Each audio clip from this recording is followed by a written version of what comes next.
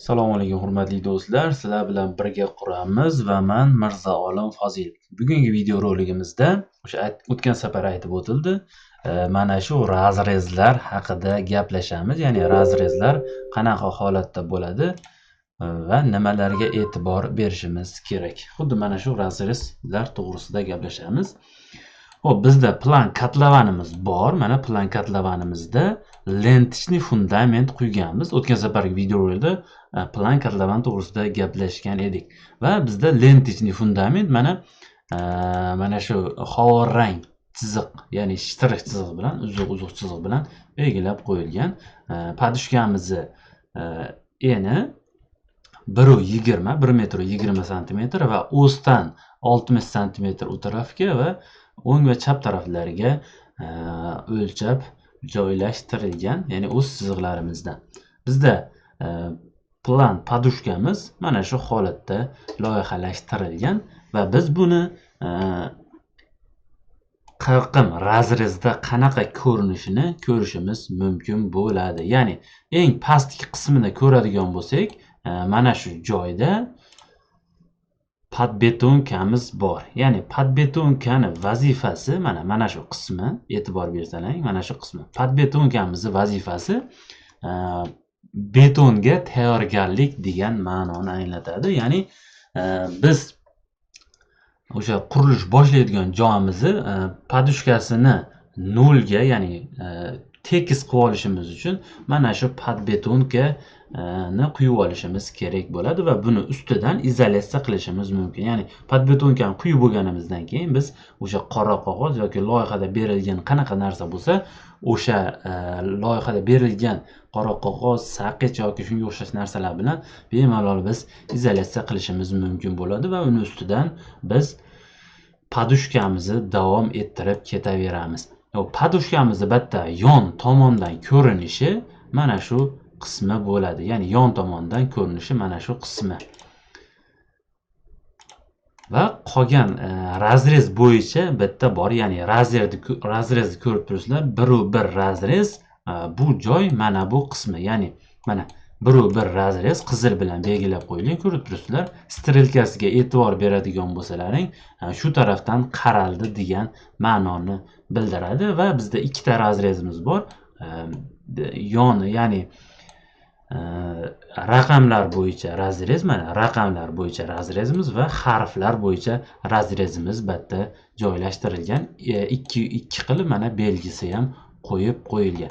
Bu razrezimizning ma'nosi, deylik, bizda loyihada mana shunaqangi razrez berilgan bo'lsa, shuni bilishimiz mumkinki, mana shu joydan qirqib yon tomondan ko'rinyapti degan ma'noni anglatadi. Ya'ni razrez 1/1 mana bu joyga e'tibor bersalaring, mana razrez 1/1 deb yozib qo'yilgan.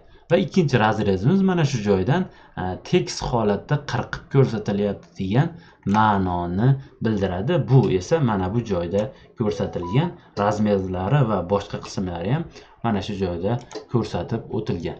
Endi biz xuddi mana shuni 3D holatda ko'rishimiz mumkin. Xo'p, sizlar uchun chizib tayyorlab qo'yilgan. Xo'p, demak, biz plan katlavanni tushundik. Endi mana shu bizga xalaqit qilmasligi uchun men buni o'chirib yuboraman. Va plan katlavanni o'zi qoldi. Mana ko'rib turibsizlar, plan katlavanni o'zi qoldi.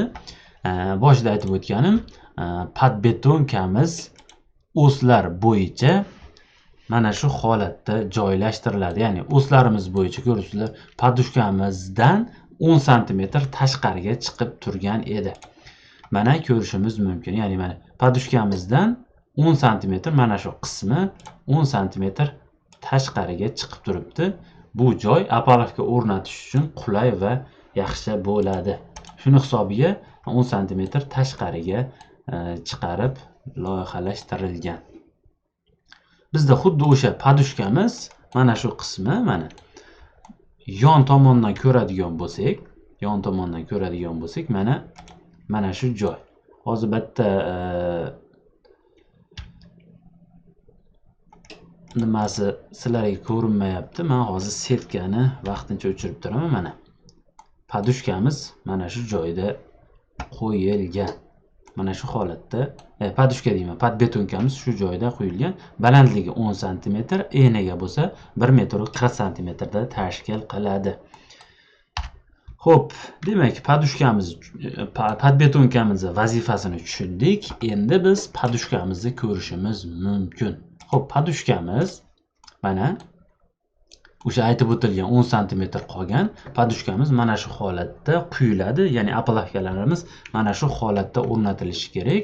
O'sha o'z chiziqlarimiz mana ko'rib turibsizlar. O'z chiziqlarimiz bo'ladigan bo'lsa, o'z chiziqlarimizdan o'ng va chap taraflariga 60 cm dan qilib, eniga podushkamiz 1 m 20 cm tashkil qiladi. Bu joydan ko'rishimiz mumkin mana. Xo'p, endi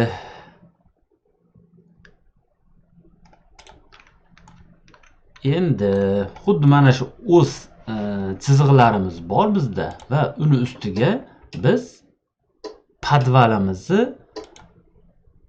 devorlarni, ya'ni betondan qilingan devorlar 40 santimetrlik mana shu holatda loyihalashtirilganmiz va razrez qismiga mana endi yetib keldik. Ya'ni razrez qismi bizga qanaqa holatda ko'rinadi? Mana birinchi razrezni ko'radigan bo'lsak, mana ko'rib turibmiz, loyiha bo'yicha A va B o'slarning orasida joylashtirilyapti. Biza o'sha razrezimiz va o'sha qism bizda yuqoridan ko'radigan bo'lsak, mana yuqoridan ko'radigan bo'lsak, o'sha A va B o'slari mana A o'simiz mana shu va B o'simiz mana bu deydigan bo'lsak, bizda taxminan mana shu joydan biz razrez beryapmiz yon tomondan ko'rinishini. Endi bu qanday holatda bizga ko'rinadi? Mana shu holatda ko'rishimiz mumkin bo'ladi razrezimiz. Xuddi o'sha 2D holatda qanaqa turgan bo'lsa, xuddi o'sha holatda mana podbetonkamiz bor va podushkamiz bor. Undagi stenamiz ham mana shu joyda joylashtirilgan. Mana hammasi o'sha loyiha bo'yicha qanaqa ketayotgan bo'lsa, o'sha holatda joylashtirilyapti va umumiy razmeri mana 3 m 20 cm, ya'ni stenani tepa qismidan 3 m 20 cm tashkil qilyapti va bizi yerimiz, ya'ni yerimiz o'sha 0 dan hisobga olsak, mana shu 0 qismi, mana 0 qismidan minus 1 m 10 cm pastda yerimiz joylashtirilgan va undan pastga qarab ko'rishimiz mumkin.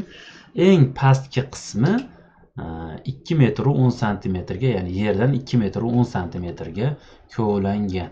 Mana shu qismi ham mana shu joydan ko'rishimiz mumkin. Ya'ni yer mana shu joyda bo'lsa,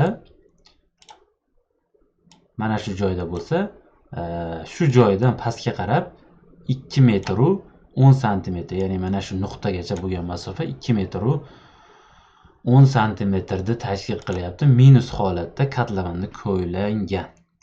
Xo'p, keyin mana podushkamiz qancha chiqarilgani yerda yozib qo'yilgan va podushkamizni razmeri 40 cm da tashkil qilyapti. Podushkamiz mana xuddi shu joyda razrez qismida ko'rishimiz mumkin bo'ladi. Va bizni stenamiz 2 m 70 cm ga, podval qismi 2 m 70 cm qilib loyihalangan. Razrez xuddi mana shu holatda qilingan. Va mana shu qismi ko'rib turibsizlar, nimalardan tashkil topganligini ko'rishimiz mumkin. Ya'ni lentichniy fundament, mana shu joydan 40 ko'rsatilgan lentichniy fundament bo'lsa, защитный слой на выравнивающий слой из beton.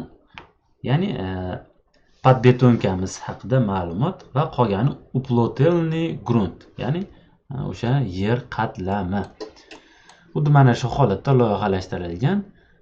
Mana bu joy mana наружный граница fundamenti, ya'ni fundamentning apalavka qo'yiladigan qismi mana shu joyda ko'rsatib o'tilgan. Xuddi mana shu holatda biz razrez 2 ni ham yon tomondan, ya'ni ko'rinishini mana shu holatda ko'rishimiz mumkin bo'ladi.